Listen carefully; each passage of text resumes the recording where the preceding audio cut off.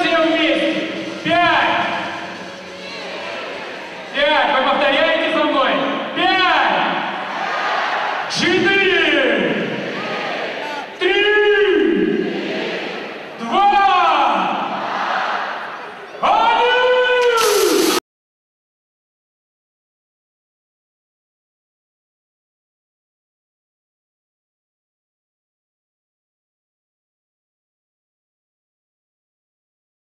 Дамы и господа, приготовьте аплодисменты! Мы встречаем первое лицо города Хабаровска! Александра Стаканова!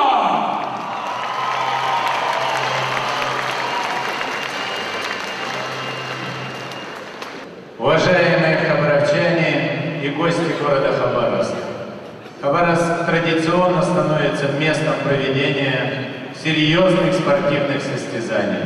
И сегодняшний чемпионат мира говорит о том, что город готов к приему гостей. В городе любят спорт. И многие спортивные арены могут похвастаться большим количеством гостей и спортивных состязаний. Но Хабаровский ледовый комплекс, наверное, становится традиционным местом, где проходят чемпионаты мира по многим видам спорта. И вот сегодня любители панкратиона увидят самых замечательных бойцов. Ну и, конечно же, бойцам пожелать удачи, успехов, пусть победит сильнейший, а мы будем за них переживать. Аплодисменты! Спасибо, Александр Николаевич.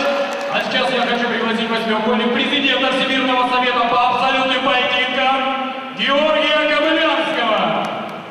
Город Москва.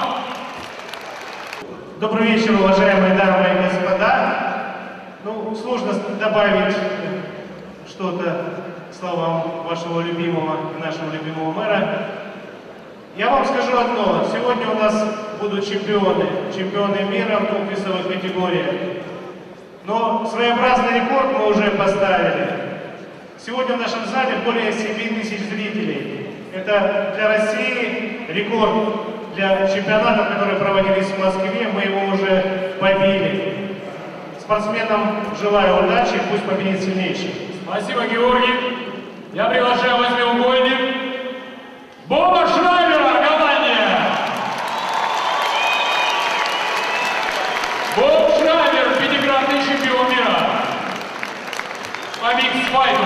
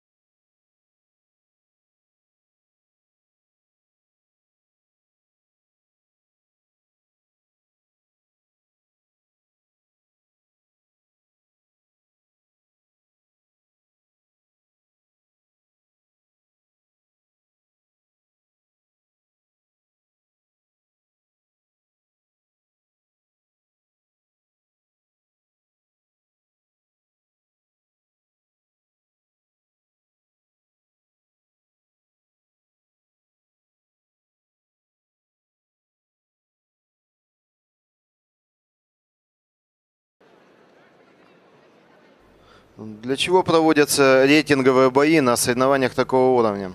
Во-первых, если в основной восьмерке турнира по травме выбывает один из бойцов, победитель рейтингового боя заменяет его. Кроме того, это хорошая возможность посмотреть молодых перспективных атлетов. И в данном турнире, чемпионате мира в Хабаровске, заявок было столько много на участие, что пришлось, извиняться перед многими и все-таки делать 2 рейтинговых боя. В этом рейтинговом бою в первом 2 дальневосточных спортсмена представлены из Южно-Сахалинска и Якутии. Оба достаточно известные хабаровским болельщикам. Аушев. Причем они между собой уже дрались на Кубке России в 2003 году. Тогда по очкам бегов Рашид победил. Аушев растет, много занимается. Посмотрим результаты. На чемпионате Дальнего Востока в Южно-Сахалинске он хорошо себя показал. Они выступали в разных весах и стали оба чемпионами. Каждый в своем весе. И сейчас видно, что в принципе идет равная достаточно. Пожалуй, Аушев доминирует в данном бою.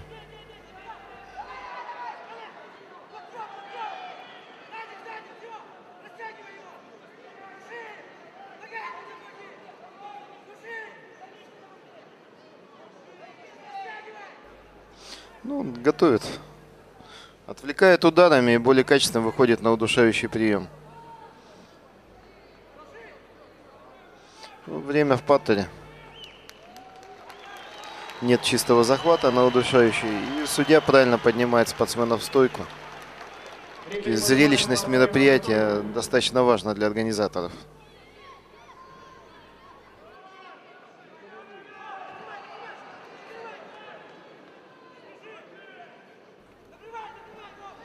Конечно, излишне опрометчиво сахалинский спортсмен идет в борьбу.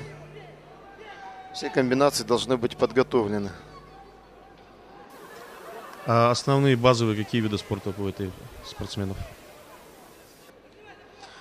Сейчас мы уже подходим к тому, что начинаем говорить о том, что все спортсмены дерутся, уже невзирая на базовую подготовку, если можно так сказать. На данный момент созрела плеяда бойцов, именно подготовленных и поднявшихся на этот высокий уровень участия в чемпионате мира, именно в панкратионе. И здесь великолепный выход на болевой. Сдача и победа Аушева. И здесь мы практически видим всех атлетов, которые когда-то где-то начинали. Но сегодня они все выступают по правилам панкратиона в течение нескольких лет и созревшие и поднявшиеся на этот уровень именно как бойцы панкратиона. В данном бою победу болевым приемом одержал Аушев, Якутия. Магомед Аушев. Награждение проводит двукратный чемпион мира по греко-римской борьбе Павел Лию. Россия.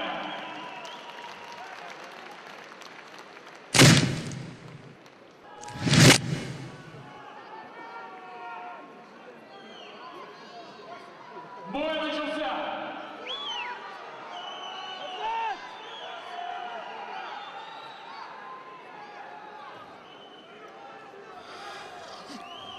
Очередной интересный бой. Азат Аскеров, известнейший в мире смешанных поединков человек. Это легенда в Азербайджане, как боец. А как так получилось, что такой именитый спортсмен в рейтинговом бою? А это количество заявленных спортсменов. Мы сократили здесь массу представителей Москвы, Дагестана, с Питера, желающие были подъехать. Поэтому даже чемпион мира дерется в альтернативе. А Михаил Насунов, известный владивостокский спортсмен. Да, это не раз у нас выступал в Хабаровске. Это классический пример человека, который работает, добился высот. Человек, который берет чисто опытом, очень неудобный соперник. Бьет, борется, рука, нога, все. И причем все делается очень нестандартно. Даже самостойка, даже посмотреть, она необычна для тому, что мы привыкли. Нестандартно. И мы видим Азат Аскеров, который неудержимо как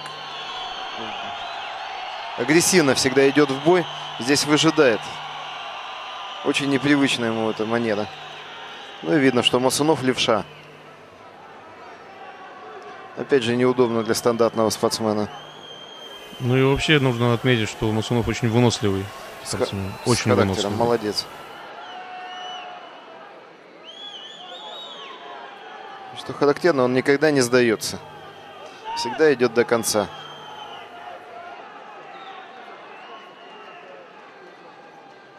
Один из многих, скажем так, думающих бойцов.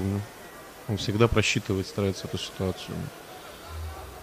Ну и никогда не упустит возможности воспользоваться промахом соперника. Хотя разница в опыте, конечно, здесь все равно в пользу Азада Аскерова. Количество боев, проведенных им, просто невероятное. Он очень много дерется в Японии, на различных коммерческих турнирах, профессиональных. Серьезный боец. Ну, кроме того, у него базовая школа, это греко-римская борьба. Где мы сейчас здесь видим греко-римскую борьбу, да? Да, идет классический бокс. Очень далекий от борьбы.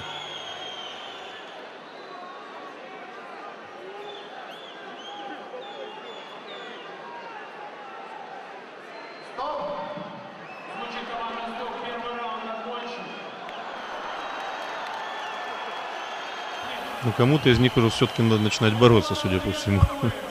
Вот.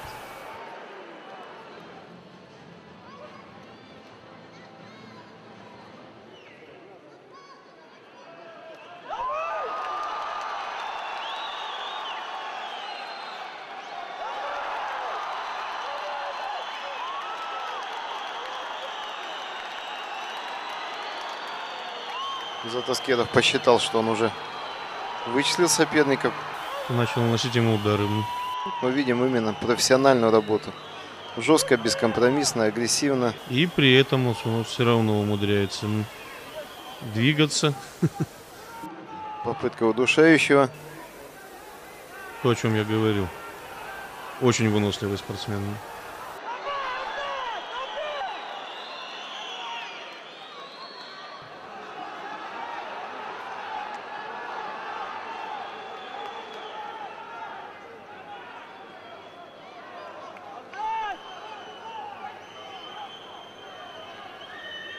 Здесь вот мы видим характерную особенность, да? Масунов дерется с голыми руками, а Аскеров в перчатках.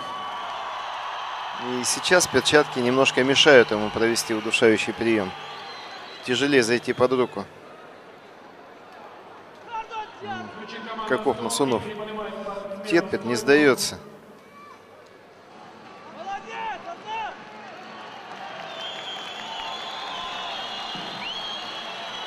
Да, то есть по правилам соревнований, если активное действие в паттере, судья дает минуту. Если выход на болевой удушающий, то могут дать и больше времени. Здесь судья в ринге правильно посчитал, что да, есть захват на удушающий, но угрозы он не представляет. И поднял спортсмена в стойку. Опять же, для зрелищности поединка. Но возвращаясь к разговору о перчатках, многие спортсмены, они любят выступать в перчатках на самом деле. Не разбиваются руки. Что когда человек грамотно защищается, локтями подставляет локти под удары. Прямой удар. Все. И казалось бы, да, удар такой, который свалит любого спортсмена. Да, он свалил, но при этом остался в сознании и продолжает ведение боя. Работает.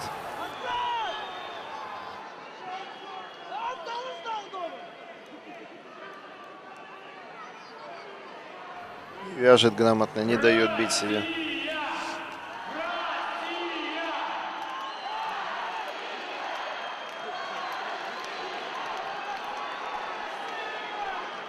Аскеров не работает головой. Он очень много дерется в Японии, как я говорил, а по японским правилам запрещена работа головой.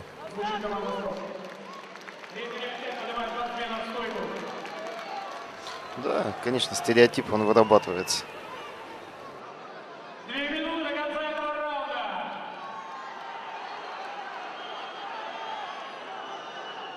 Напомню, формула боя. 2 раунда по 5 минут. Видно, что Аскеров задачен нестандартностью Масунова.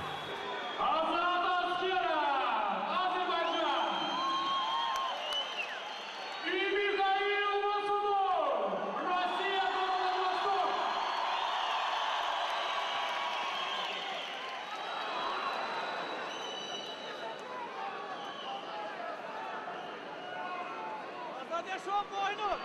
Аскеров потом после боя признавался, что он был очень удивлен нестандартностью Масунова. Мало того, что левша, еще и стиль боя очень нестандартный. А чем как бы непривычно с нестандартными людьми проводить поединок? В какой момент, откуда прилетит удар, как он пойдет на движение? Ну, совершенно неожиданный разворот боя, да? Ну, тут Масунов грамотно подхватил как бы ошибку Аскерова. Потерял равновесие, и Масунов тут же этим воспользовался. Это опять же опыт спортсмена. Он видит, что зачем делать.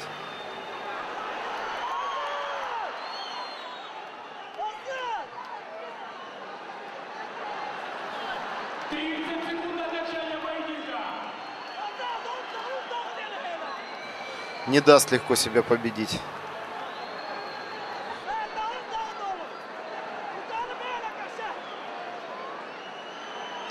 Ну, сотрясение-то есть уже в любом случае.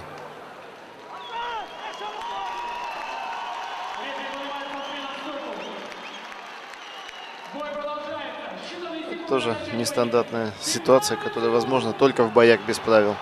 Ни в одном виде спорта невозможна ситуация. Обмен ударной техники, когда один в паттере, второй в стойке.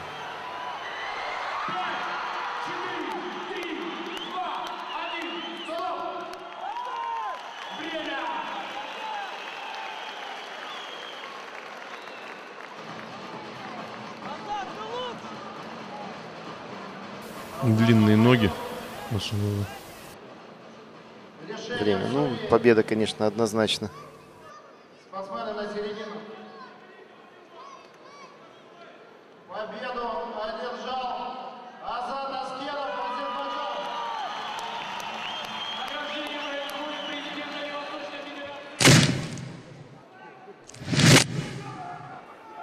Звезда города Хабаровска Алексей Гаджиев.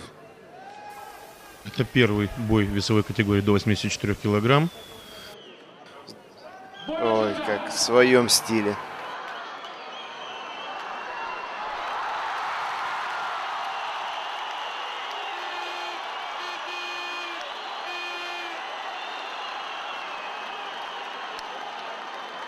Из этого положения Алексей уже, по всей видимости, не выпустит. Свое, очень жестко. Он в паттере работает именно ударной техникой. Не рискует, не заходит на болевые удушающие.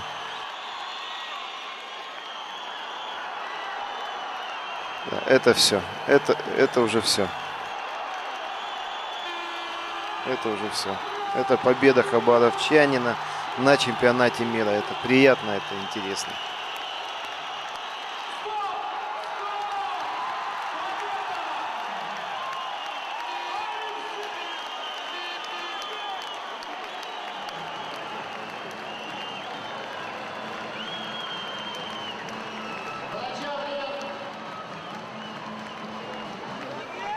Да, видно, что это серьезное сотрясение у спортсмена. Видно по его поведению.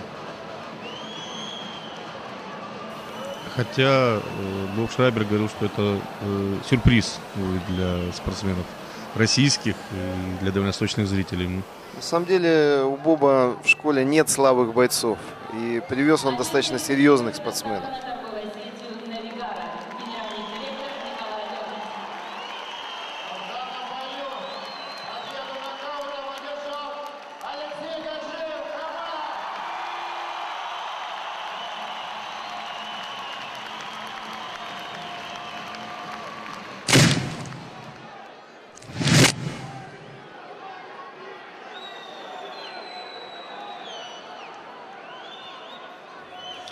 Еще один очень нестандартный спортсмен.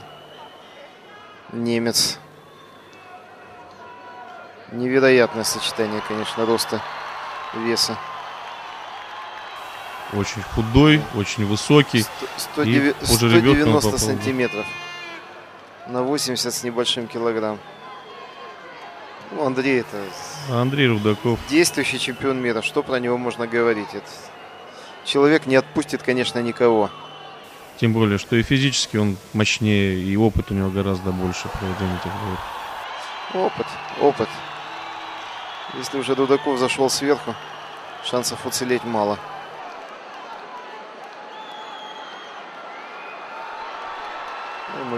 Беспомощность в глазах немца. Проводит болевой прием Андрей. Все, сдается немецкий спортсмен. Но при этом мы видим, Андрей тоже, по-моему, травмировался в этом бою.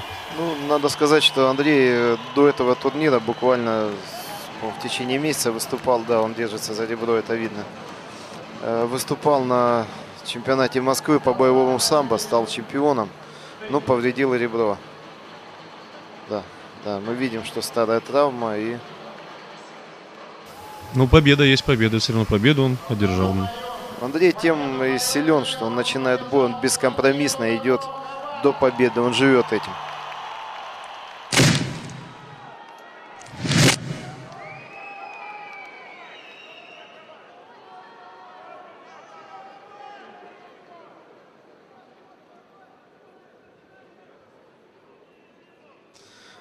Это еще один интересный бой.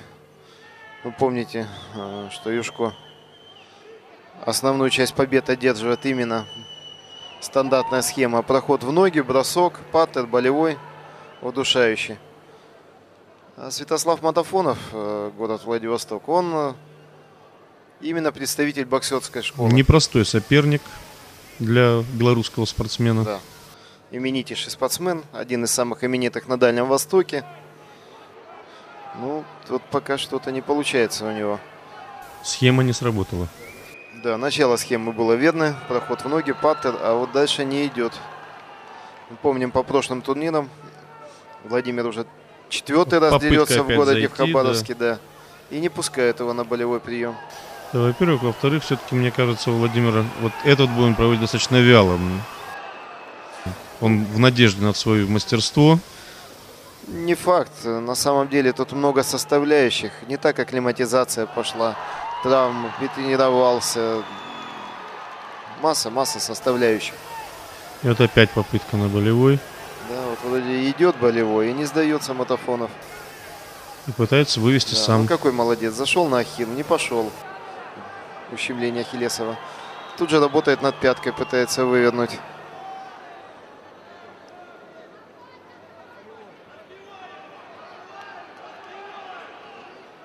Да. Правильно, судья поднимает спортсмена в стойку. Тоже патовая ситуация.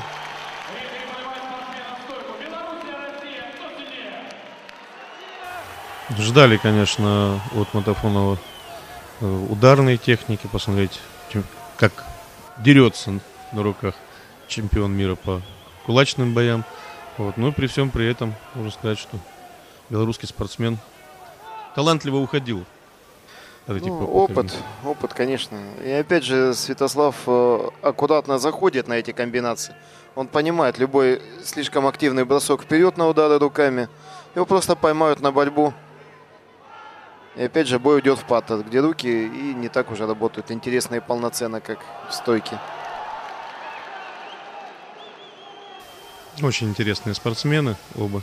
Да, бой, он может быть для неподготовленного зрителя смотрится и как бы и не совсем интересно. На самом деле это идет тактическая борьба, причем она идет настолько интересно и захватывающе. Кто кого поймает? Поймает ли Матафонов Юшко на удар или поймает Юшко его все-таки в момент удара, пройдет в борьбу и перейдет дело в паттер. И вокруг этой интриги идет весь бой.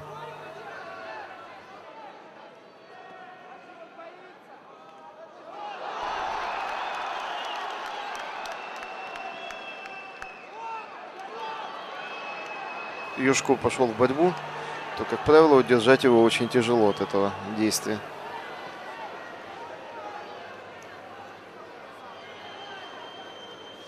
Как грамотно, да? Коленкой придавил руку, вытащил захваченную свою руку. Ну, опыт. Опыт – великая вещь. Но опять же Матафонов какой молодец. Ничего не дает делать.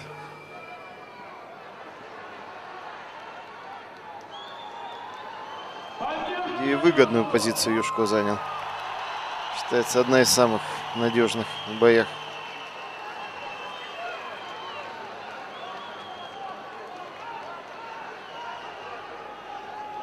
И готовит болевой, он не идет болевой.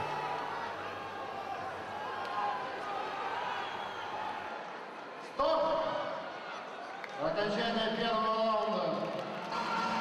Первый раунд. Бой продолжается. Итак, второй раунд. Хотя Юшко, он может податься и руками. Я наблюдал в апреле, в Новосибирске был коммерческий турнир. И на этом турнире в полуфинале дрались Юшко и Рудаков. В первом бою, в первом круге. Они красиво выиграли, каждый своего соперника, один болевым, другой удушающим. И вот битва характера в полуфинале. Рудаков, Юшко. И бой был очень интересный. В каком плане? Юшко не шел в борьбу, понимая, что Рудаков его ждет на этом проходе. Ну а Рудаков, соответственно, провоцировал его изо всех сил, чтобы он пошел в борьбу и нарвался на хороший встречный удар. Так Юшко все 10 минут отстоял в стойке и боксировал достаточно уверенно и хорошо. То есть руками он поработать умеет. Но здесь предпочитает, наверное, не обострять, а также в своем стиле борьбой ситуацию закончить. Ну, что-то не получается у спортсмена. Всегда удивляла пластика спортсмена. Мощный и в то же время очень подвижный и пластичный. То есть он из любых ситуаций всегда выходит. Не скажешь, что там мощная шея или что, но он пластичный именно. Здоровья там, конечно, несмотря на размеры, очень много.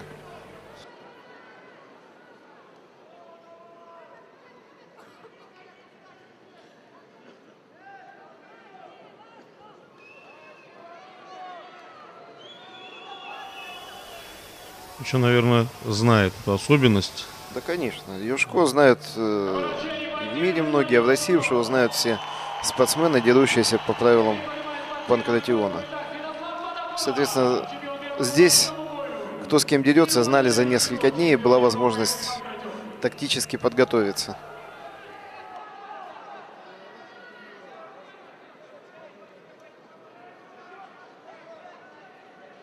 Вот. Видно, да, по Мотофонову, как он расслабленный. Уже подустали спортсмены, видно, что уже сбито дыхание, видно, что уже то, чего на что рассчитывали в первые минуты проведения боя, не получилось. На самом деле тяжело. Рукопашный бой, раунд 2 минуты. И за этот раунд 2 минуты, уже в конце второй минуты спортсмены запали, надышат, устали. А тут, представляете, 2 раунда по 5 минут. Причем постоянно идут какие-то активные действия. И сочетание борьбы и ударов выматывает очень сильно. Совершенно разные мышцы включены в работу. Тяжело перестраиваться, тяжело готовиться. И выматывает гораздо быстрее, конечно, чем чистая борьба или чистый бокс. Еще паттер, такой долгий, вязкий паттер. Отнимает очень много сил, поверьте на слово. Вот в этой ситуации все-таки мы смотрим, вот постепенно преимущество на сторону Юшко становится. Да, конечно, по количеству проведенных приемов, бросков. Конечно, Юшко ведет бой. Но одновременно явно видно его стремление провести болевой, удушающий. Он готовится к ним. И они не идут. Звучит команда «Стоп».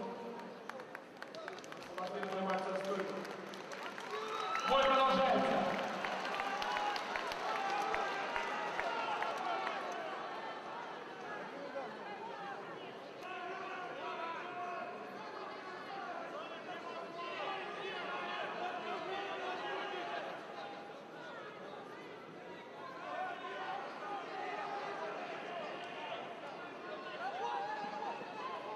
До конца боя осталась 1 минута. 1 минута. Россия поддержит Святослава.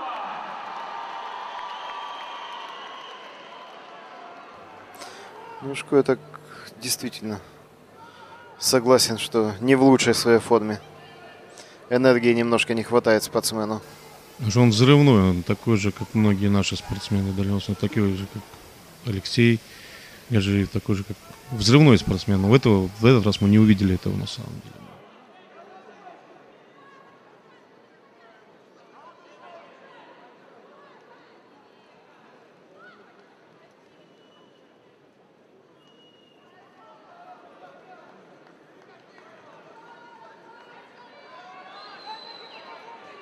Стоп!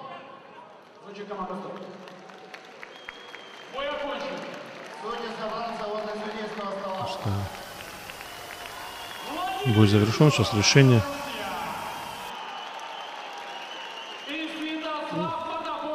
Видно, что Юшко более опытный, что он за эмоции публики вытягивает на себя.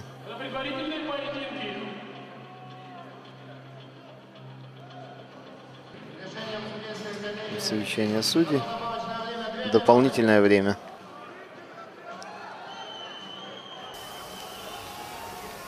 Чтобы сомнений уже не было. Хотя, в принципе, там по очкам, если посмотреть, у Юшко было преимущество.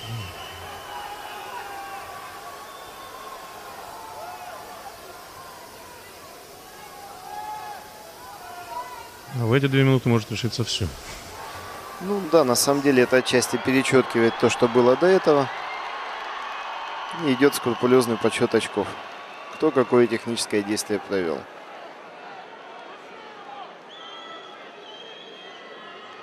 Ну, Юшко, чтобы не рисковать, сразу перевел бой в паттер и зарабатывает то, что только он может заработать в данном поединке.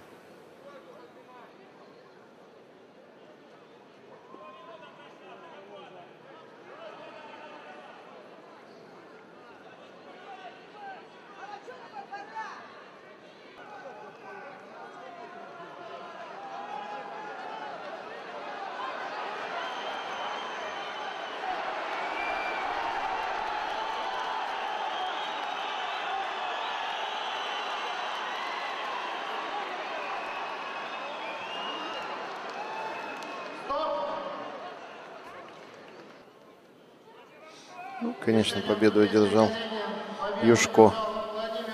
Но сил он для этого боя в этом бою оставил очень много. Да. В равном поединке одерживает победу Владимир Юшко.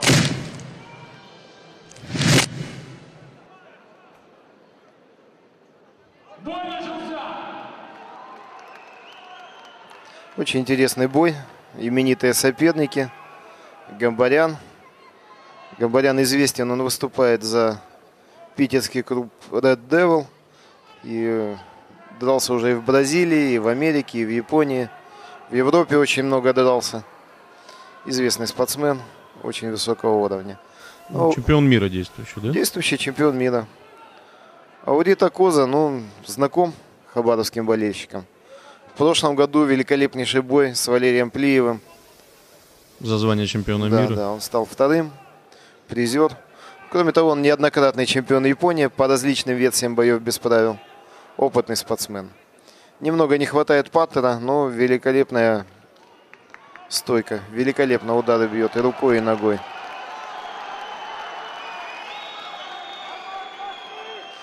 Ну, а Гамбарян, он чемпион России по вольной борьбе.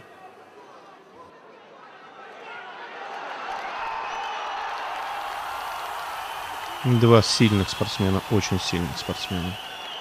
Мы видим, как пластично перетекает одно действие в другое. Это опыт.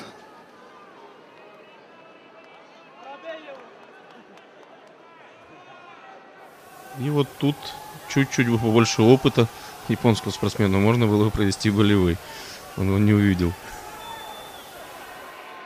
На самом деле и Гамбарян настолько все наверняка делает. Выход на удушающий, но немного не хватает контроля ног.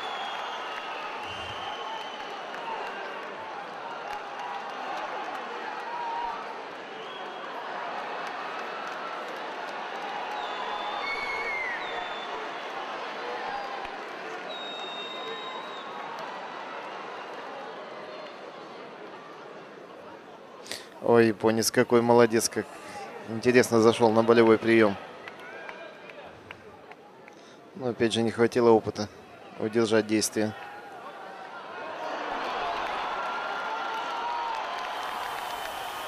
Вяжет Гамбаряна. Выдает.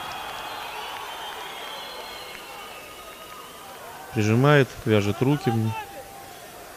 Опыт борьбы с российскими спортсменами есть у японца.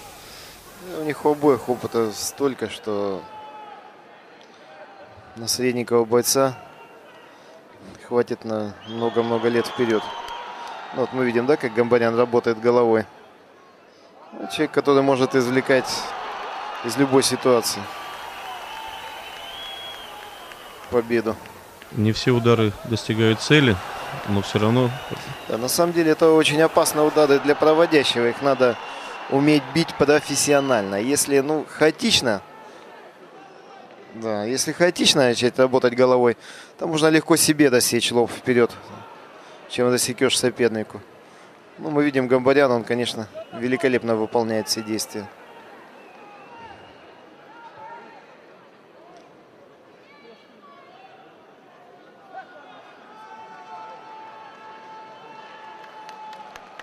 Осталось 1 минута. Третий боевой спортсмен на стойку. Напомню, в ринге Арман Гамбарян, чемпион мира. Юрий Такоза, чемпион мира. Да, и оба дерутся настолько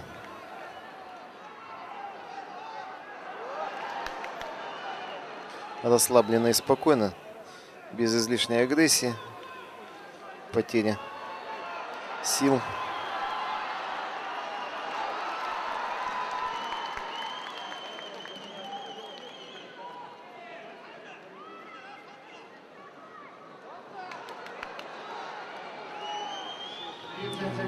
Не дает японский спортсмен активно вести бой. Рассечение, ну. Удары головой достигли своей цели.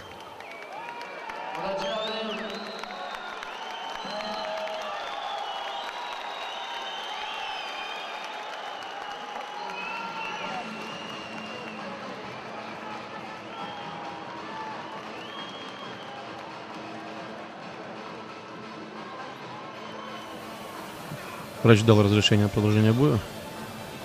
Да, профессионалов такого уровня, конечно, рассечение не остановит. Они всегда готовы продолжать бой.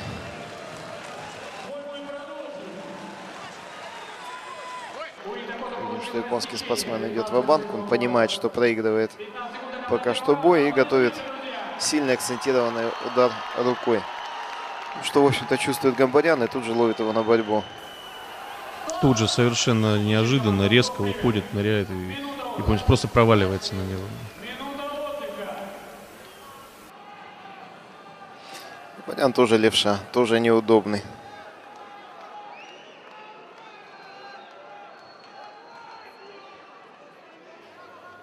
И опять же, заметьте, как в случае со Скедовым, да? Вот она вольная борьба, вот она выплывает хорошими приемами. Одновременно, насколько грамотно боксирует, насколько грамотно бьет ногами и защищается от ног.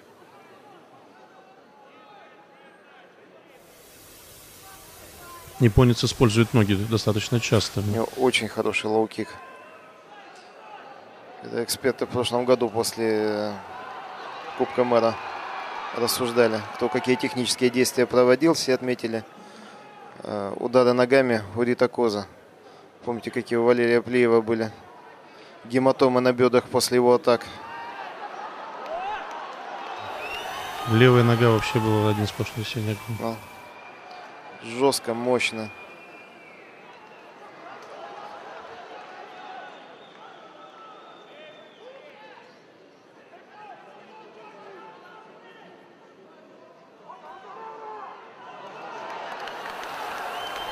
Очень сложно определить на самом деле, активно ли ведутся сейчас действия. Можно ли поднимать или ждать какого-то продолжения? Ну, на самом деле оценка судьи идет. Только клинчанули, клинч, вот жесткий захват обоюдно и замерли на какое-то время. Вот это уже команда поднимать. Пока спортсмен борется за захват, выходит из захвата, бой надо продолжать в партере, не останавливать его.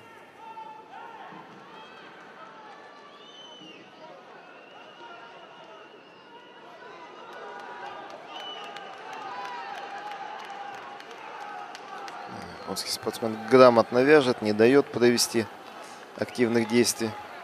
Уже наученный ударами головой. Защищается от головы, прячет. Сейчас И вот опять пытается выйти на Гамбарян болевой. захватывает и Грамотно захватывает.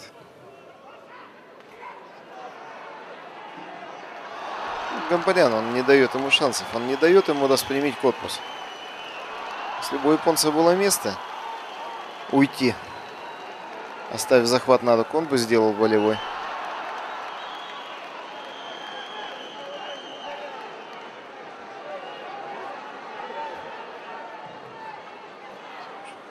И Гамбарян как защищается. Видите, он свою ногу за бедро, руку за бедро законтрил и не дает вытащить японцу.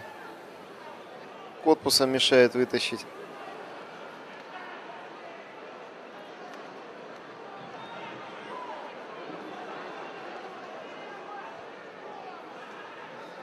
Он держит его корпус всегда согнутым, не дает распрямить, не дает провести болевой прием. И так и вышел из него.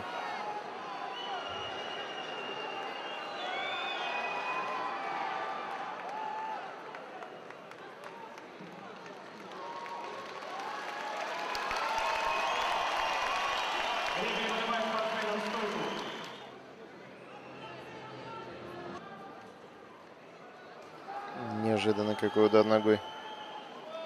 Гамбарян готов, и удар не достиг цели. Удар был очень хороший. Чуть-чуть.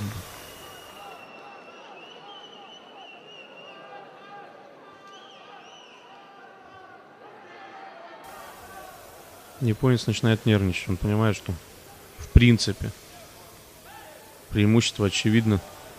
Вот это вот чрезмерная, может быть, активность, она и сыграет свою роль. Своей техникой он уже не достиг как бы победы. Не пошло. Ловит его Гамбарян, переигрывает. 15 секунд до окончания поединка. Ну, на хаотичность действий тоже ставку делать не надо. Да нет, он просто идет здесь ва-банк, он увеличивает темп боя. А вдруг какой-то удар пройдет.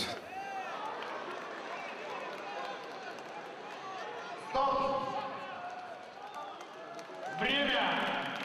Бой окончен. Судейские коллеги собраться возле судейского стола. Да. Заполнен зал. Судейские коллеги добавляют 2 минуты боя. Добавочное время.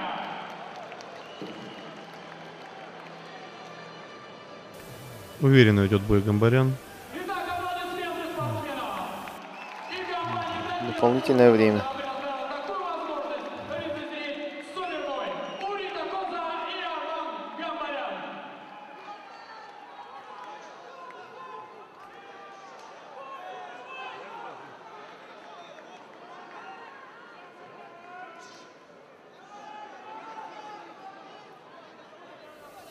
Проводит прием.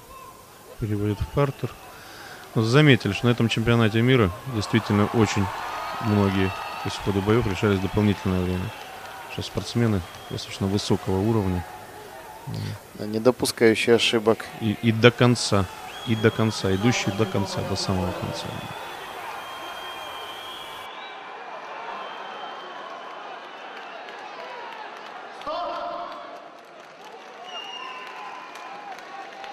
Спортсмены на середину. Спортсмены на середину. Решение судей, конечно, в пользу Гамбаряна. Дополнительное время было его. Победу одержал Арман Гамбарян.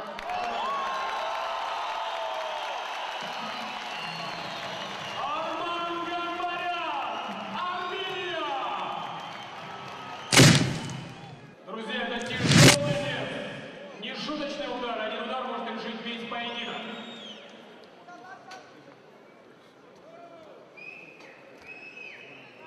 Сергей Кобзюк, Россия, Владивосток! Поддержим Владивосток, Хабаровск! А теперь мы видим представителей абсолютной весовой категории. Опытнейший Николай Никиенко. Спортсмен справа. И слева молодой Хамазюк Сергей. Является чемпионом России по вольной борьбе. Это его первый бой. Спортсмен из Владивостока. Да, Тоже наш дальневосточный. дальневосточник. Молодой, очень хороший, очень перспективный. Великолепный. Везет Николаю Никенко у нас на молодых, перспективных. Да, Каждый раз приезжая в Хабаровск, он попадает на молодых, перспективных. да. И, как правило, устраивает им серьезные тесты.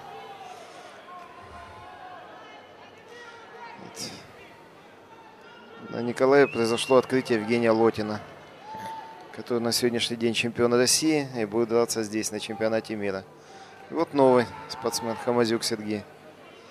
Сможет ли он что-то сделать с Николаем? На поле восьмиугольники Николай Никиенко. И Сергей не рискует, не идет на какие сложные действия, болевые, еще что-то. Просто разбивает, заняв выгодное положение. Нет, пошел. Ну, тоже нехватка опыта. С такого положения прием не пойдет.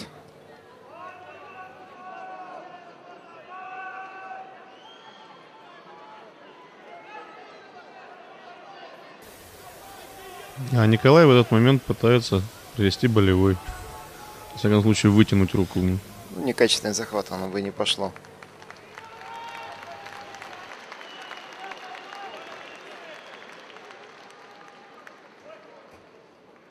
Очень активно ведет бой Сергей. спортсмены в стойке. Итак, напомню, Николай Никиенко. Россия, Москва, чемпион России, призер чемпионата Европы по современному Но макарону. опять же, вот стиль излишне активный Хамазюка, он приводит к тому, что тратится много сил и может не хватить энергии к концу боя. Опытные спортсмены, они знают свои силы, грамотно их рассчитывают на все время. Да, если бой сложится удачно, выиграешь раньше, сэкономишь силы. А если нет, и выложился на первых минутах, что делать оставшиеся 10? И даже если в конце, даже если все равно, даже если победил, это не крайний бой, это еще будут бои. То есть силы, все-таки грамотный, опытный спортсмен, они силы достаточно равномерно распределяют на весь бой.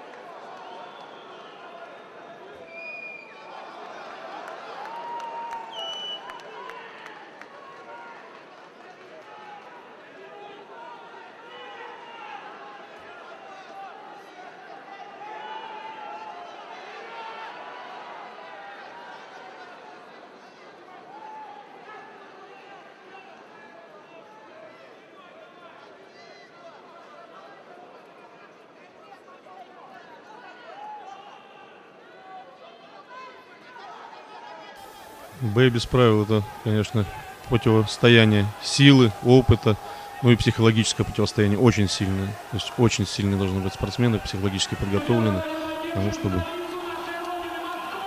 выстоять в непростых ситуациях. Девиз римских гладиаторов был «Честь и сила». И он очень подходит сюда для боев. Сохранить честь, отстоять до конца, не сдаться, проявить характер мужской и проявить силу, одержать победу в этом бою. Вот Сергей проводит какие-то действия, но они незавершенные у него. Они не имеют концовки. Это привычка исходного вида спорта. Борьба за очки. В то время как в панкратионе ценится конечный результат. И все идет ради конечного результата.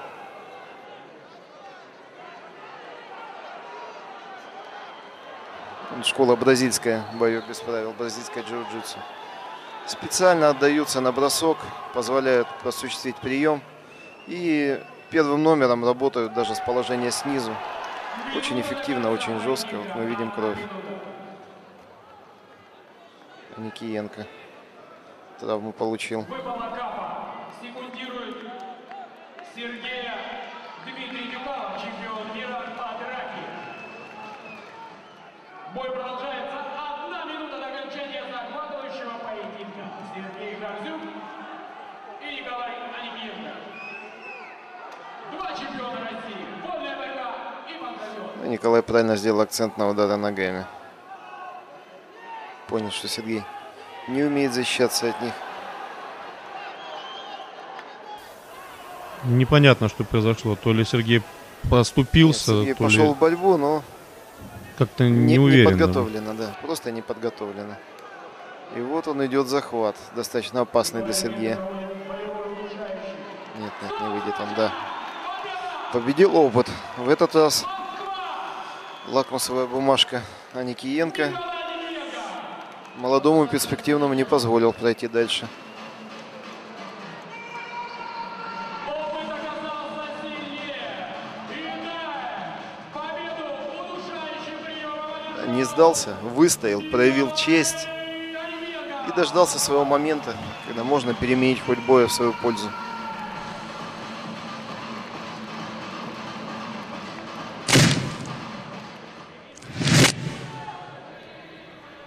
Вот звезда школы Боба, спортсмен справа, мелковод.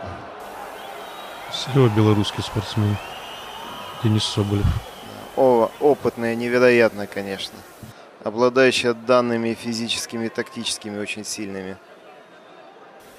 Причем встречались они буквально несколько месяцев назад на одном из европейских кубков. Но между собой они не дрались. Не дрались, нет. Но выступали вместе на одном из европейских турниров. Милка вон как грамотно вяжет Соболева, не давая ему развить атаку, не давая бросить себя. И одновременно наносит удары головой, коленом. Короткие жесткие удары головой в одну и ту же точку. Да, если вы учесть его еще афрокосички, которые добавят железно туда в удар.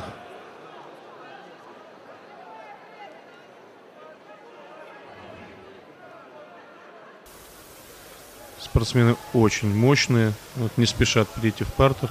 В принципе, один не дает другому. Мы видим, секундируют одновременно Милка и Боб, и его супруга Ирма. Они по всему миру ездят вместе, вообще никогда не разделяются. А раньше, когда оба выступали на турнирах, секундировали друг друга исключительно.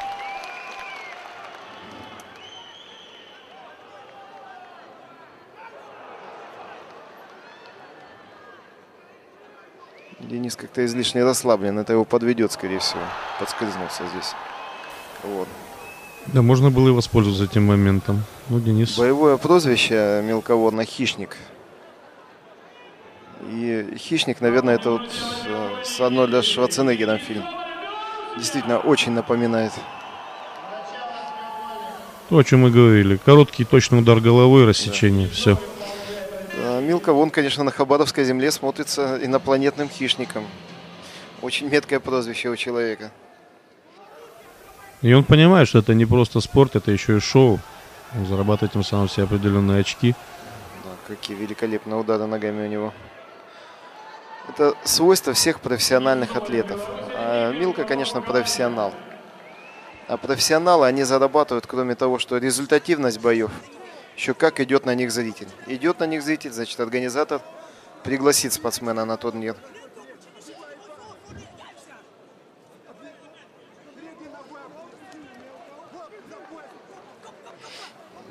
Они, конечно, очень трогательно заботятся о спортсменах. Ни Боб, ни Ирма, вот сколько я не видел их в Москве, в Питере, в Хабаровске, никогда не оставляют спортсменов. Это тренера, наставники с высокой буквы.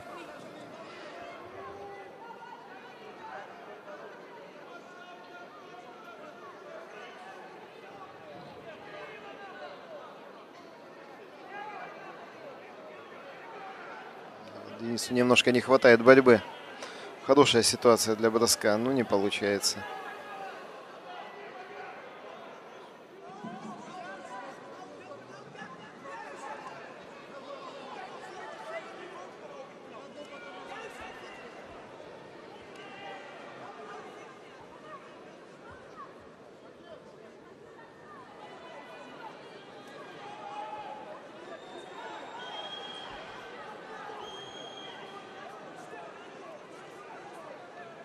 Да.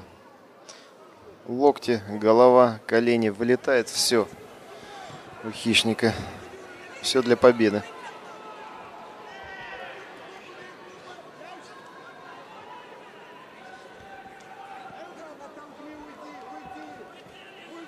Тут, конечно, надо останавливать бой уже. Видно, что рассечение по новой.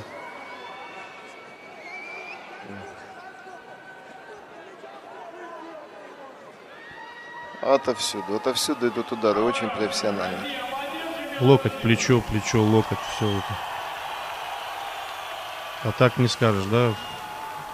Вроде особых таких сильных, мощных ударов нет, но они все равно разбивают при такой массе физической. неощутимо. Отовсюду спортсмен работает.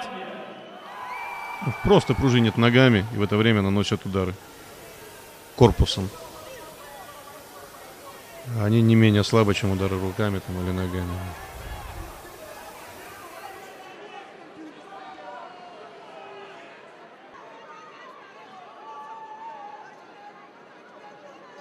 И какие спокойные глаза. Ни суеты, ни паники. Нанося удар, он еще оглядывается на Боба, что он ему советует. Техническим нокаутом победу одержал Милко Вон.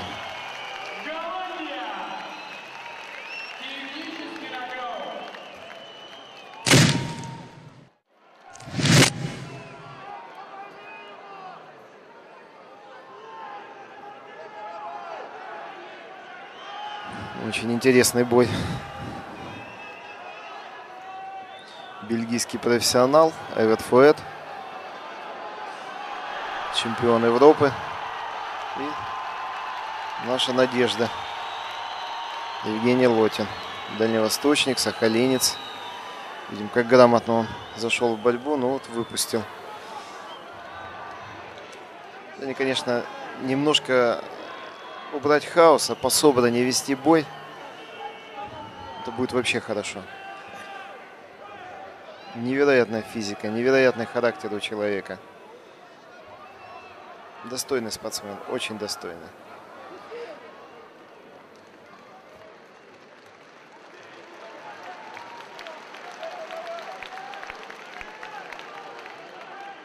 Поддержим, Россия!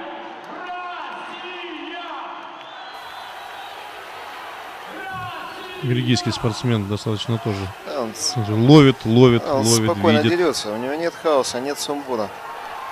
Четко. Да, конечно, Здесь с физикой русского медведя не совладать.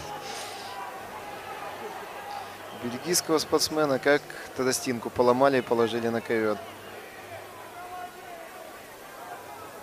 да, он прижимается, контрит, но в этой ситуации очень мощный Евгений.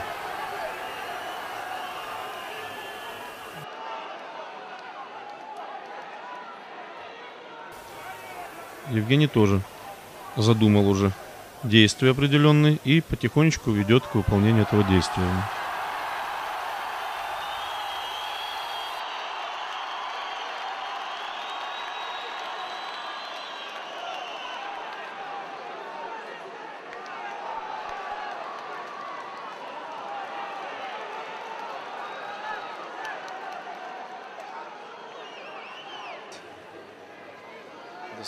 Достаточно жестко бьет, учитывая физические данные.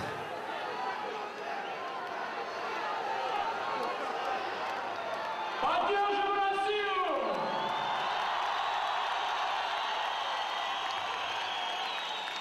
Дальний Восток! Сахалин!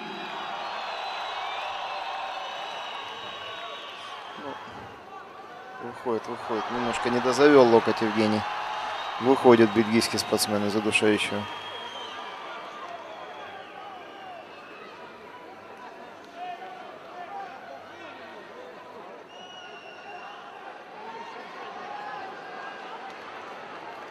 Новое действие. Конечно, физические данные целиком на стороне Лотина.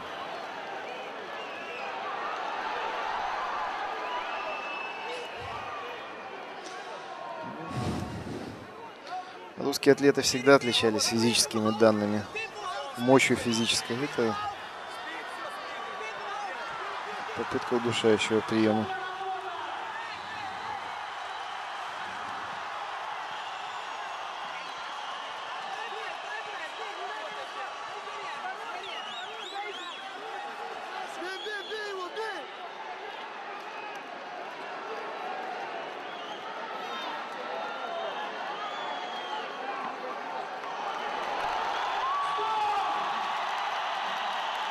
Да, и выкидывают полотенце.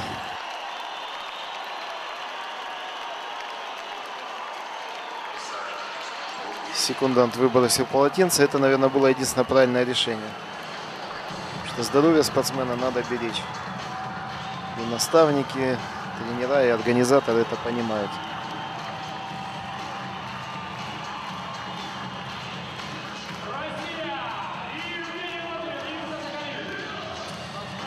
Правильно, люди не живут сегодняшним днем и понимают, что будут еще бои, будут еще победы. А здоровье спортсмена одно, его надо сберечь. Ну и вот мы видим красивую сцену, которая достаточно патриотична. Русский победитель и русский флаг. Молодец, Евгений, спасибо.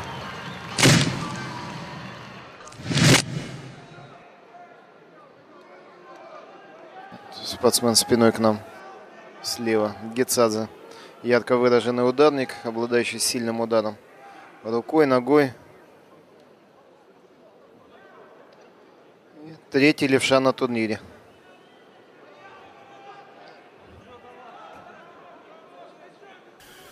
И якутский спортсмен. Аял Слободчиков. Помним Аяла на чемпионате России, где он великолепный нокаут сделал новосибирскому спортсмену.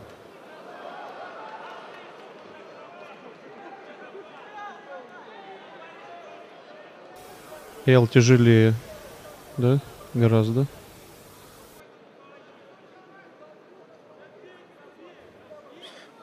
10 килограмм.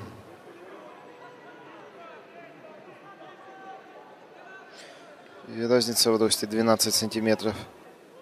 И несмотря на это, как уверенно Гецадзе ведет бой. Полностью переигрывая по очкам. Уже не молодой спортсмен, 36 лет.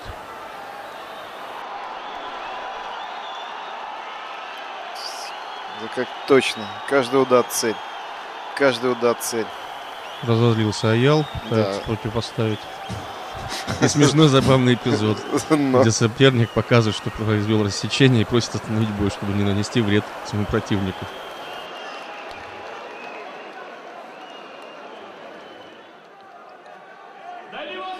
Подвижный очень. Гецадзе. Уже возрастной спортсмен уже, казалось бы. Аялу, конечно, здесь надо успокоиться и попытаться выйти на какое-то конкретное техническое действие, спровоцировать. Хотя бы Грузинского. попробовать побороться. Почему? Потому что вес здесь играет свою роль.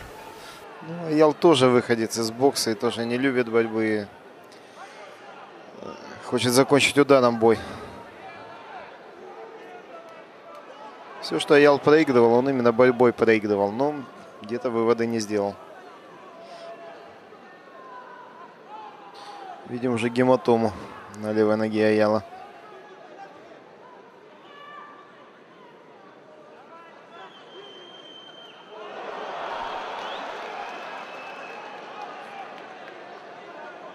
Минута до конца раунда.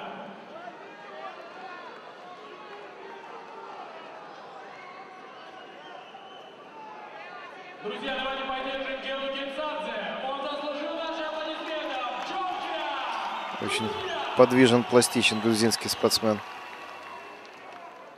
Совершенно нестандартный лог. Ой, как хорошо. Вот эти красивые действия. И вот Любят здесь Аял зрители. просто выпускает его. Да, надо было воспользоваться этим промахом. Он его даже не накрыл. Начал движение из-под руки и ушел. Аял Слободчиков, Россия! Какие удары руками у Гецадзе. Все четко в цель, все вовремя, все по месту. И в этот момент совершает движение. То есть он постоянно в движении, постоянно. То есть удар в движении, уход с ударом. В общем-то, Слободчиков потому и не может попасть в Гецадзе. Звучит команда «Стоп». Раунд окончен. Аплодисменты.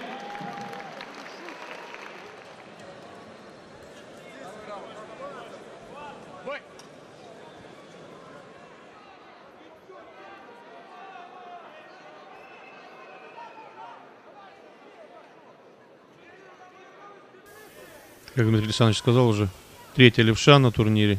И, в принципе, мы видим, что эта стойка дает, в принципе, некое преимущество.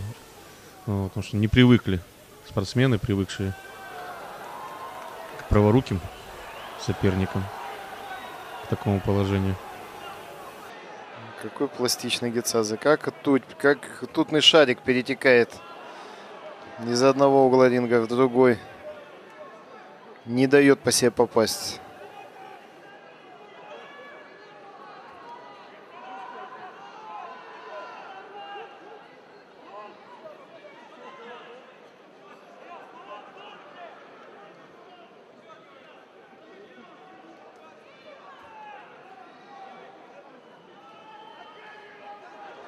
Гематома на ноге с каждым ударом становится все крупнее. Мы видим, секундирует Гетсадзе. Юшко помогает, подсказывает. Прилетели все вместе и тут дружеским коллективом выступают, секундируя друг друга. Ну, Аял молодец, попытался поймать на ударе ногой грузинского спортсмена, но не получилось. Звучит команда «Стоп», бой окончен. Спортсмены на середину. Судьи принимают. Однозначно победу одержал Гетсадзе. Победу одержал Гетсадзе, Грузия.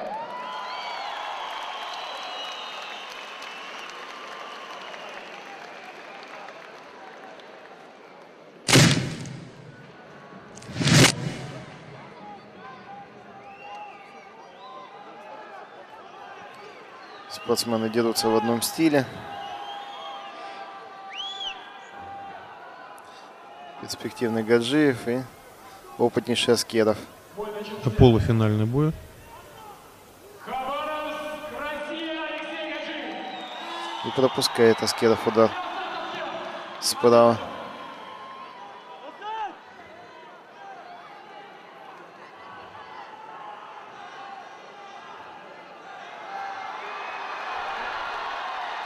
И снова пропускает. Ой, как зря он начал здесь крутиться. Запустил Гаджиева сзади. Такое нестандартное удушение.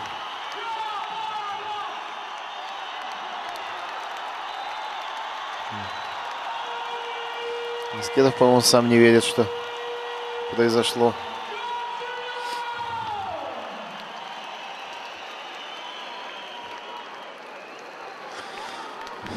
Да, ну Гаджиева зато и любит хабаровская публика за бескомпромиссность, за вот эту вот здоровую агрессивность, желание победить. Гаджиева. 2 боя, 2 стремительных. Да, очень. Ну, во всем мире таких атлетов и любят. Открыто и зрелищно ведут бой.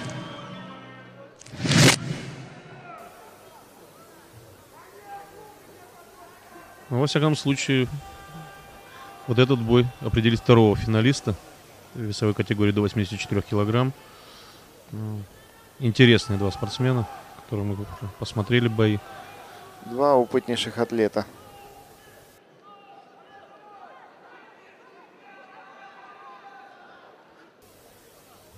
Им доводилось раньше встречаться на других Нет, турнирах? первый раз. Первый раз. Причем даже они встречаются, они на одних и тех же турнирах не выступали ни разу.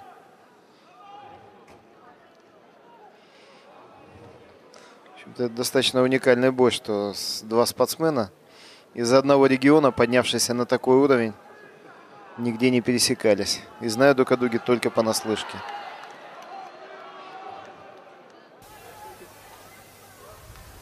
Противостояние Армения. Взяли манеру ведения в боксерской. Да, оба хорошо борются, оба хорошо контрят. Прекрасно знают об этом. И готовят движение наверняка. Вот сейчас пока идет обмен руками, ударами руками. На самом деле это все еще идет разведка. Идет оценка, на какое действие выйти, как провести прием.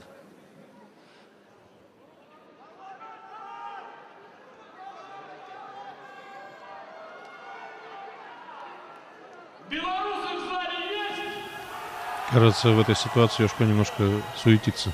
Чуть-чуть больше, чем, может быть, того надо было. Держим Белоруссию. Авторитет Гамбаряна здесь еще давлеет, по всей видимости. Это действительно известнейший, опытнейший атлет.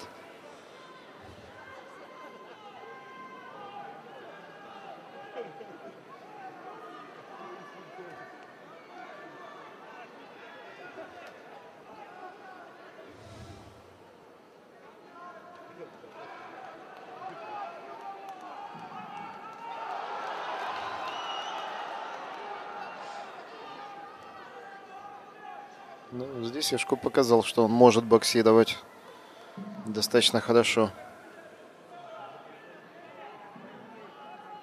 Давайте все вместе покричим Вовчик!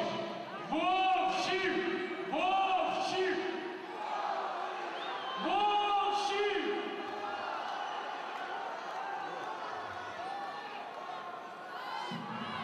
Габарян славится манерой боя, что он все делает наверняка.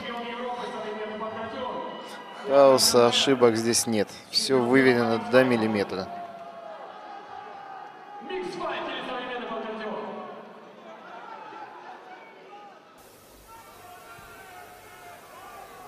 Нет, обратите внимание, да, уже сколько времени прошло, идет бой, и еще до партера дело не дошло.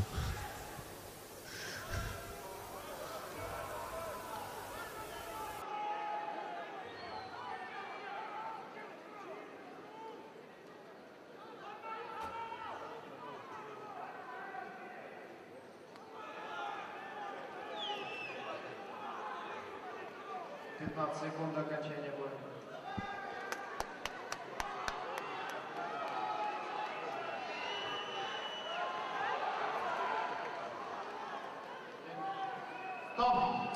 Да, по сути, весь первый раунд был проведен в разведке.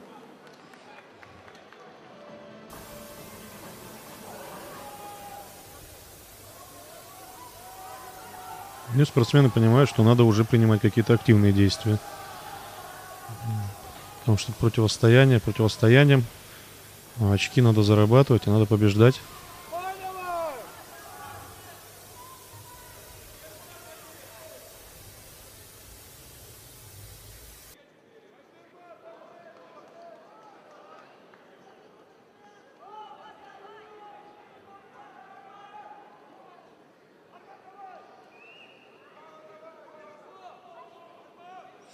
На самом деле здесь идет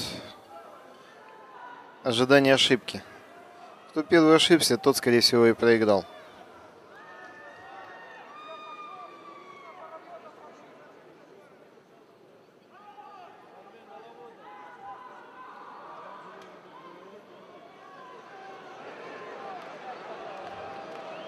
Спортсмен из Беларуси объявляется предупреждение. Владимир Юшко проводит запрещенный прием проводит. Владимир очень интеллигентный спортсмен, он приносит свои извинения. Такое бывает. Мы видим, что это было непреднамеренно. Владимир сам расстроился. Владимир, будьте внимательны. Бой продолжается. Есть спортсмены, которые вовсю используют грязную тактику. Ну, слава богу, 3 минуты до конца поединка. на хабаровских турнирах такое не встречается.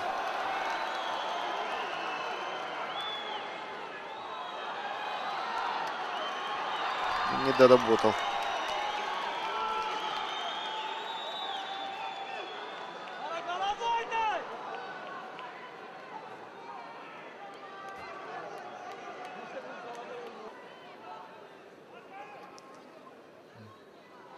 Здесь, конечно, мало шансов провести болевой прием. Слишком опытны оба спортсмена.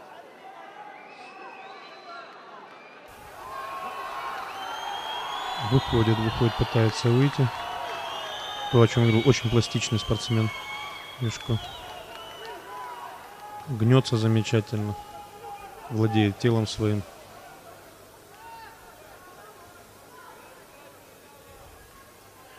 Очень медленно ногу подводит, не дает.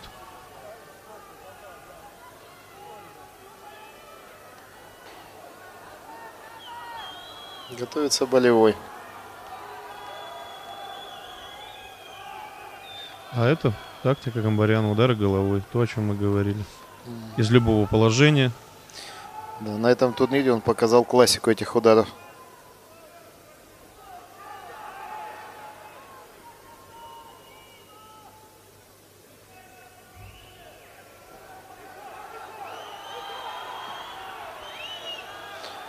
Ну, не идут у Владимира сегодня болевые приемы. Просто не идут.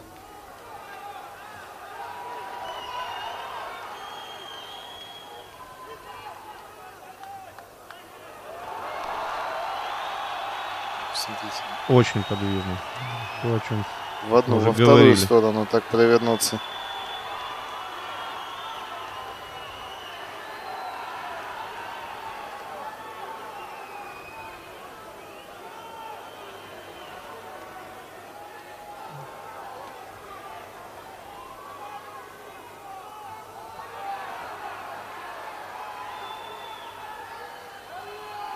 Если мы говорим руками, нельзя хвататься за сетку, то пальцами ног Тоже нельзя. тоже нельзя.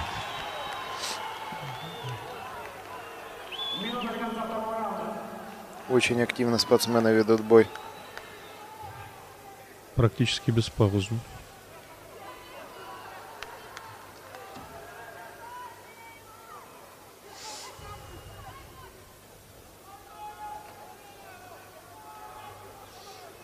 Опять попытка выхода на болевой.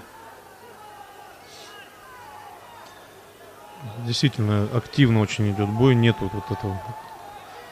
Вторая часть боя. Просто нет без остановок. Практически без остановок. Движение, движение, движение.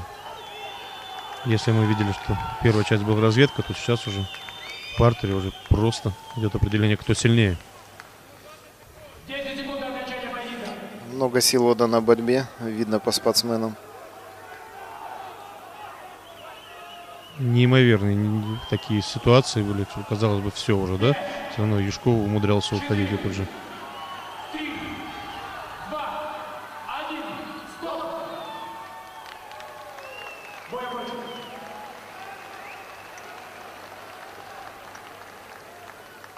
Судейская коллегия собралась. Окончено время раунда. 2 дополнительных минуты. Армен Гагарян, действующий чемпион мира по Где-то высвечивать, а там объявляться будет, да, первый, второй раунд? Юшков, чемпион Европы. Да, мы наблюдаем редчайшее зрелище, когда Юшко бросают проходом в ноги. Обычно это был его конек, на котором десятки спортсменов попадались.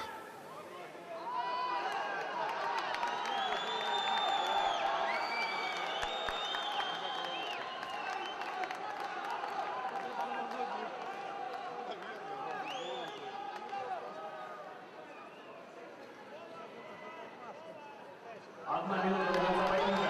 Поддерживайте, друзья, 1 минута решает, кто станет финалистом чемпионата мира.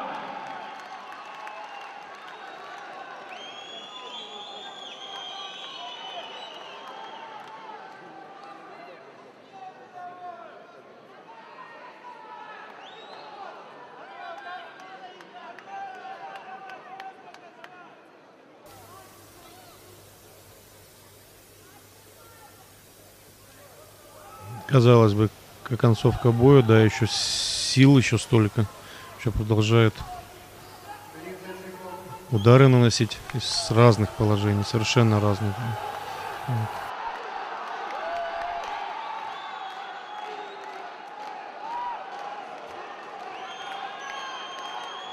10 секунд. 5, 4, 3, 2, 1. Стоп! Бой окончен. Бой завершен. Очень непростой бой. И победу держал Гамбарян. Он становится вторым финалистом. То есть он встречается в финале за звание чемпиона мира с нашим Алексеем Гаджиевым.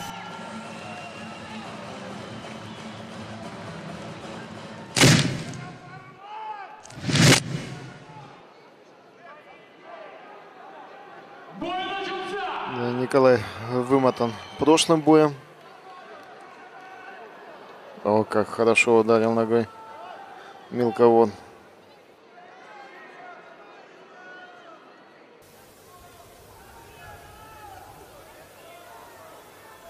У Милка же тот бой был не очень тяжелый для него, в принципе. Сил гораздо больше. Какой молодец. Аникиенко грамотно поймал удар ногой. Вышел на бросок.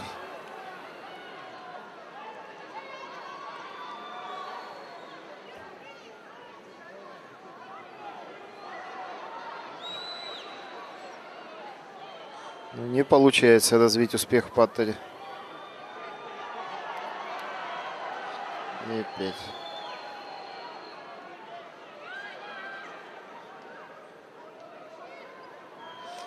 Если нос поврежден, напряжение дальше, оно провоцирует кровотечение.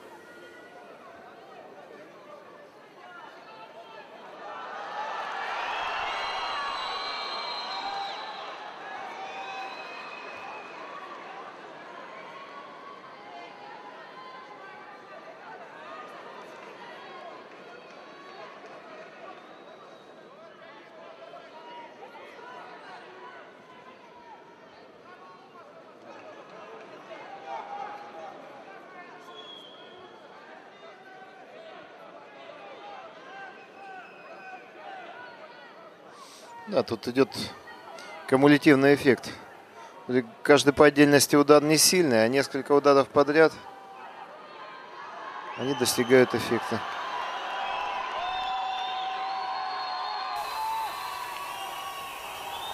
Вот спокойствие в глазах Вилка Ворна.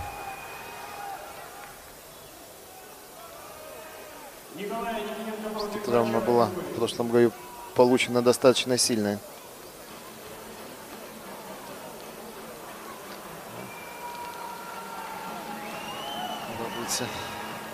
Команда Боба. Нос. Это все-таки нос. Да, не то рассечение, которое было, это нос.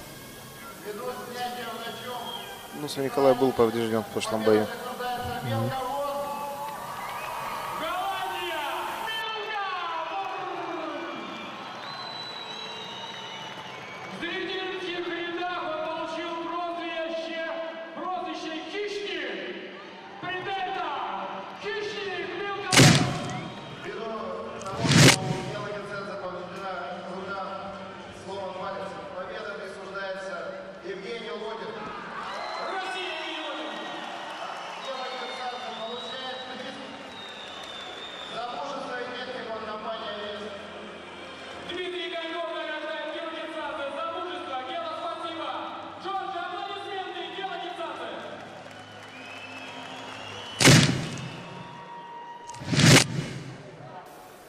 Интересный очень бой. Это как супербой за Звание чемпиона чемпиона Азии. Да. Молодой китайский спортсмен. И молодой, и меньше. —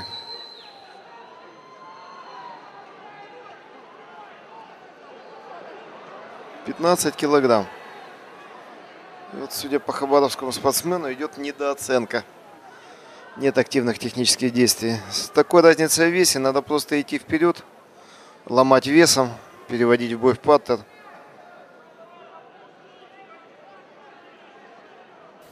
Ну, нужно сказать про китайского спортсмена. Интересный спортсмен, воспитанник монастыря. Да? Нет, Проходил, у него да? тренер, воспитанник Шаолиньского монастыря. Вот он удар коленом, все.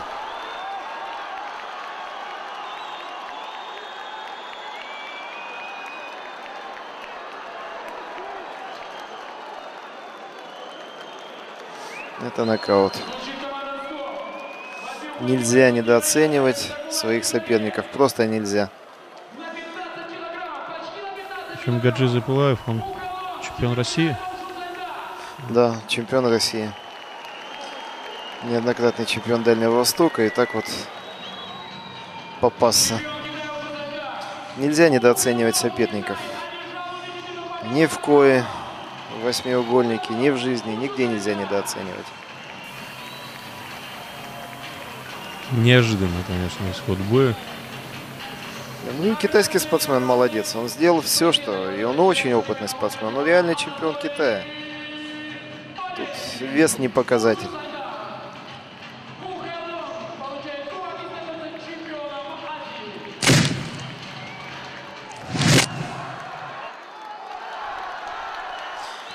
Вот финалы.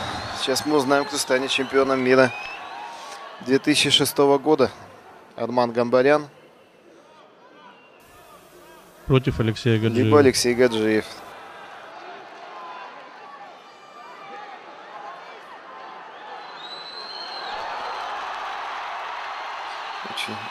Очень жестко и бескомпромиссно Алексей начал бой. Невзирая на авторитеты, что называется. Собственно, этим и заставил тоже к действиям определенным прийти Гамбаряна.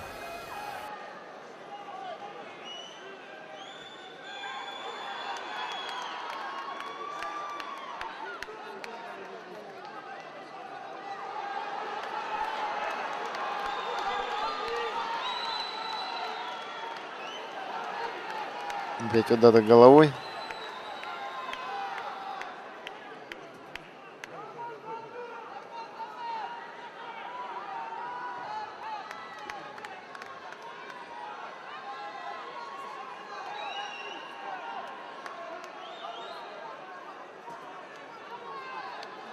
Да, таких уже разрушающих ударов нет.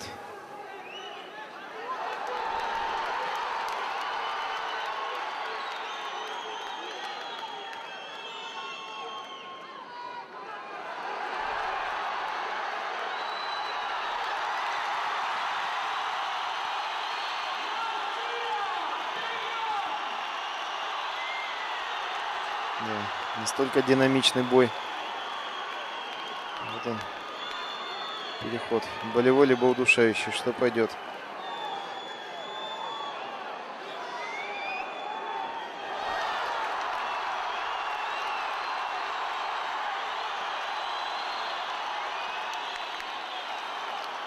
Алексею надо было давить.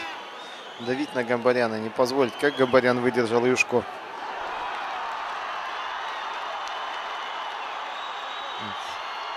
Вот она, эта ошибка.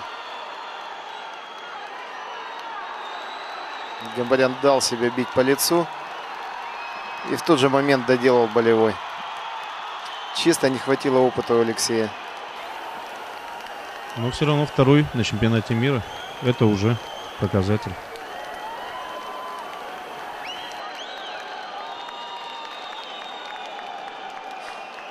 В Хабаровске есть серебряный призер чемпионата мира.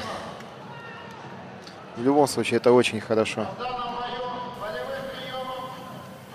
И этот статус позволит ему выступать на соревнованиях достаточно высокого уровня. Да, да, дорога профессионала верхнего эшелона Алексею уже открыта.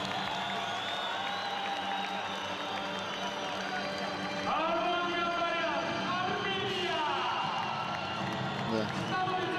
Ну, достойный бой, красивая победа, красивый стиль боя.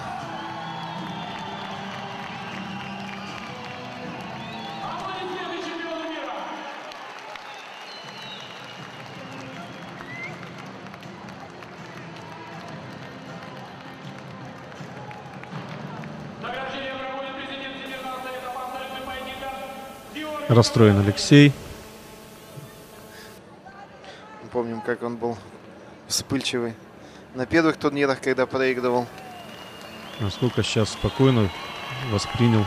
Хотя и обидно, очень обидно. Ну, опять же, это профессиональная психология спортсмена. Умеющий проигрывать, он умеет выиграть. Человек не умеет проигрывать, он никогда не будет победителем. Незаслуженная награда Алексея. Ну и опять же, 2 финала и 2 дальневосточных спортсмена. Да. Это уже показатель, очень хороший показатель. Это очень хорошо. Организаторы турнира были очень довольны этим.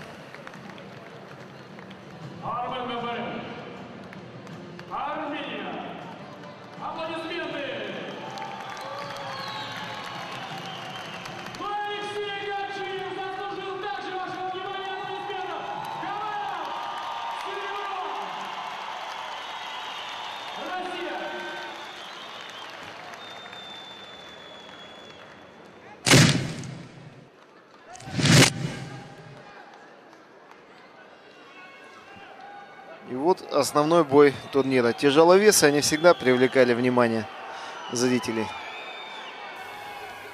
Настоящие гладиаторы. Да, для таких место нашлось бы в любые века. И в средневековую дружину, и в современности, и где угодно. Настоящие мужчины с характером, силой воли.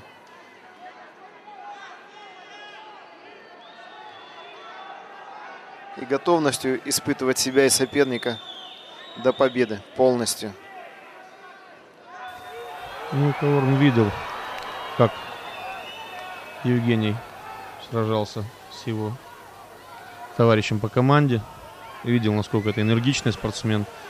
И, в принципе, поставил ставку на технику. Да, и вот опять мы говорим о том, что Евгений немножко хаотичен в своих действиях. В отличие, опять же, от Милка Ворнова.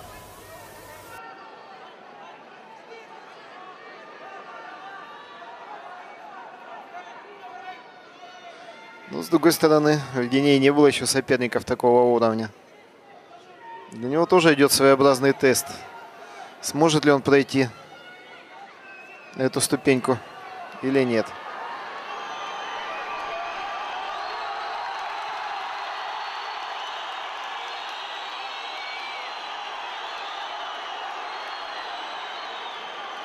На какое-то мгновение показалось, что Евгений потерял контроль немножко и начал агрессивно вести. А потом я понял, что это, в принципе, просто уловка. для того, чтобы опять же растолкать, расшатать. Великолепный бросок.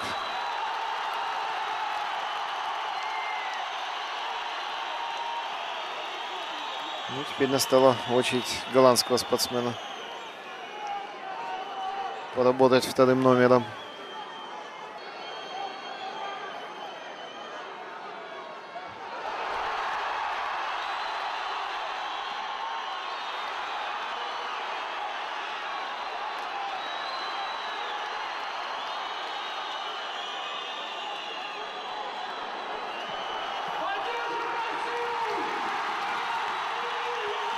Сам пытается мелковод делать болевой прием.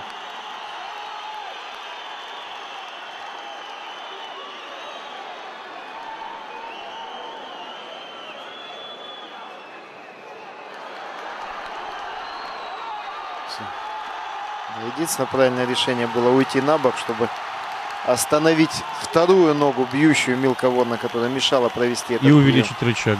Да. Это победа. Это победа. И победитель всегда прав. И наш земляк Евгений Лотин, чемпион мира по боям без правил. Зал ревет, неистовствует. Это эмоции, это адреналин, который витает в зале. Это то, ради чего 8 тысяч зрителей собралось здесь. Победу болевым приемом одержал Евгений Лотин!